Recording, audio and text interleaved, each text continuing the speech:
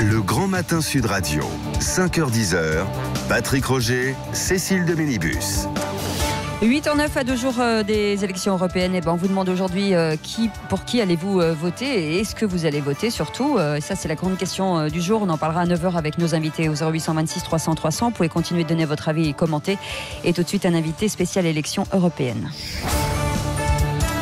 Et nous sommes avec François Asselineau, président de l'Union populaire républicaine, tête de liste Ensemble pour le Frexit aux élections européennes. Bonjour François Asselineau. Bonjour et bonjour aux auditeurs. Oui, vous réclamez toujours le Frexit. Ah, plus que jamais, oui. Oui, les Anglais ont voté quand même hier. Et finalement, si les Anglais ne quittaient pas l'Europe, déjà, vous ne seriez pas un peu le seul à réclamer ça ? Déjà, il y a un petit mystère. Oui. C'est que les Anglais ont voté hier, on ne connaît pas les résultats. Oui. En revanche, les Néerlandais... Néerlandais... aux Pays-Bas. Donc, il paraît qu'il faut garder les résultats secrets jusqu'à dimanche soir pour ne pas influer les autres. Oui. Mais en revanche, on a appris les résultats des Pays-Bas, eh bien que M. Timmermans a fait un score meilleur que prévu. Bah oui, c'est vrai. C'est une surprise. Hein, voilà. Oui. Alors je vois d'ailleurs que les médias disent, finalement, les partisans du Nexit ont fait un mauvais score, etc. Ils sont passés de 0 à 12%. Je trouve que c'est pas un si mauvais score que ça. Mais enfin, tout ça, c'est un art de la présentation qui est fait. Moi, je note que pour l'instant, tous les sondages montrent que Mme Theresa May va probablement être balayée et que la scène politique britannique va être détruite parce qu'une grande partie des Britanniques sont furieux que le Brexit n'ait pas eu lieu. Oui, vous accusez toujours les médias de ne pas vous accorder de place, de favoriser Philippot à vos dépens. Pourquoi ? Quelle est la différence d'ailleurs entre vous ? Écoutez, M. Philippot a proposé 400 000 € à M. Dupont-Aignan, qui me l'a confirmé l'autre soir en marge du plateau de France 2, pour être sur sa liste. Or, M. Dupont-Aignan est totalement hostile au Frexit. Comment pouvez-vous faire alliance avec quelqu'un qui a aussi peu de conviction?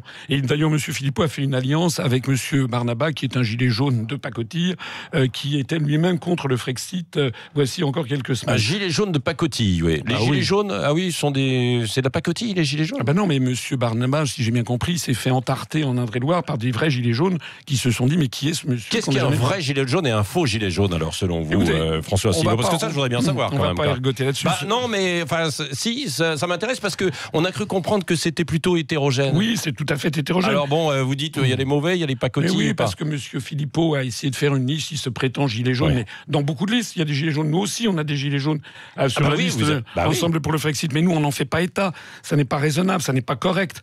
Nous, on est une liste qui, depuis 12 ans, notre mouvement politique propose, sans jamais avoir varié d'analyse, la sortie de l'Union européenne, de l'euro et de l'OTAN. Pourquoi ? Pour redonner aux Français leur démocratie. Pour faire le RIC. On ne peut pas avoir de RIC sans Frexit. Pour pouvoir augmenter brutalement le SMIC, pour pouvoir éventuellement réinstaurer un impôt de solidarité sur la fortune. Bref, tout ce que demandent les Gilets jaunes est impossible à mener dans le cadre de l'Union européenne et de l'euro. Oui, alors vous voudriez remonter le SMIC ? Oui, bien sûr. Fortement. Oui, il y a un problème de pouvoir d'achat en France. On ne serait plus concurrentiel aussi face à certains pays, justement en Europe, non ? Oui, mais de toute façon... Comment vous faites ça pour lutter ? De toute façon, il y aura des échanges toujours, non ? Bien sûr, mais de toute façon, on ne l'est pas. Lorsque vous avez un SMIC qui est à 280 € brut en Bulgarie, alors qu'il est à 1500 € brut en France, de toute façon, nous ne sommes pas compétitifs. Mais est-ce qu'on ne pourrait pas faire ça, justement, au sein d'une Union européenne ? Écoutez, nous avons... Depuis toute cette campagne pour les élections européennes, on a vu quoi ? On a vu, le concours l'épine de l'autre Europe, si vous voulez. C'est-à-dire qu'on voit défiler tous les autres candidats, de Madame Le Pen, qui maintenant veut rester dans l'Union européenne et dans l'euro, jusqu'à Madame Artaud. Tout le monde propose une autre Europe. Ce que nous expliquons, c'est qu'on se moque des Français avec ça. Pourquoi est-ce qu'on se moque des Français ? Premièrement, je rappelle qu'il s'agit d'élire 79 députés français sur 751, c'est-à-dire 10%. Il faut que les auditeurs sachent, par exemple, que la Pologne et la Roumanie, à elles deux, ont plus de députés que la France au Parlement européen. Donc de toute façon, ça sera très minoritaire. Deuxièmement, les parlementaires européens n'ont pas le pouvoir de modifier les traités européens, puisque pour changer l'Europe, il faudrait changer les traités. Or, les traités ne peuvent se modifier que par l'accord des gouvernements d'abord, et ensuite des parlements. Enfin, les traités se modifient à l'unanimité. Il faut donc 28 accords gouvernementaux et ensuite 28 parlements, 56 accords. Ça veut dire que... si je vous écoute, si je vous suis, ça ne sert à rien de voter dimanche, alors. Ça ne sert... Y compris pour l'UPR. Si, parce que la différence entre nous et les autres, c'est que nous, pour la première fois... Effectivement, on va voter pour le Parti communiste, pour le Front National, pour les Républicains, pour le Socialiste. Ils sont là depuis 35 à 40 ans. Ils ont fait quoi ? Ils ont fait rien. Si les auditeurs votent pour l'UPR, qu'ils nous testent. qu'ils nous testent. Si nous avons quelques députés, ça ne va pas changer la chose. Il faut arriver à 5% voilà. pour avoir des députés. Là, vous en êtes loin dans les sondages. Vous êtes à oui, vous savez, ça varie. Oui. Les sondages, puisqu'il paraît que les sondages ont été démentis aux Pays-Bas, je m'attends à ce qu'ils soient démentis en France. Oui. Eh bien, moi, ce que je dis, c'est que les auditeurs nous testent, qu'on ait quelques députés de l'Union populaire républicaine qui soient les porte-parole du Frexit au Parlement européen. Nous, ce que nous ferons si on est là-bas, c'est qu'on montrera aux Français, notamment par notre chaîne de télévision UPR TV, où on a 113 000 abonnés, on fera des... Plus beau passage. Oui, peut-être plus petite pub. On fera des reportages sur ce qui se passe au Parlement européen.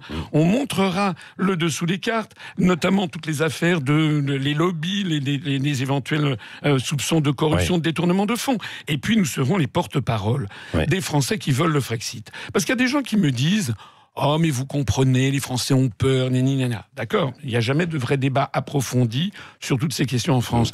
Il y a un sondage qu'on m'a sorti l'autre jour sur CNews. Paraît-il que 23% des Français voteraient pour le Frexit aujourd'hui. D'autres sondages disent 30-40%. Mais ça serait normal que ces 30 ou 40% de Français qui sont en faveur du Frexit puissent avoir des représentants au Parlement européen. C'est assez étonnant que finalement vous n'ayez pas plus dans les intentions de vote alors. Vous allez créer une surprise, vous pensez, dimanche ? Écoutez, je l'espère, ça dépend. Est-ce que les auditeurs vont se laisser intoxiquer par les sondages que l'on fait? Vous savez, ce sont des prophéties autoréalisatrices. Des gens qui disent « Ah oui, j'aimerais bien, mais comme il va faire un petit score, etc., je vais voter pour quelqu'un d'autre. » Alors, parfois, ce n'est pas faux. Vous avez raison. Et bien donc que les gens votent. Il n'y a qu'un seul tour. Il n'y a qu'un seul tour. Il n'y a aucun risque à voter pour l'UPR. Il n'y a que des avantages. Testez-nous, nom d'une pipe. Testez et voyez ce que donnent des députés de l'UPR au Parlement européen. Je peux vous assurer que ça va déménager. Est-ce que... on votait pour l'UPR, on a bien compris. Mais si vous aviez le choix, est-ce que vous êtes plus proche de Jean-Luc Mélenchon, Emmanuel Macron ou Marine Le Pen ? Écoutez, moi, honnêtement, je les mets tous dans le même sac. Ce sont tous des gens qui restent dans l'Union européenne et dans l'euro. C'est-à-dire qu'ils ont un discours, ils ont un emballage. L'emballage marketing.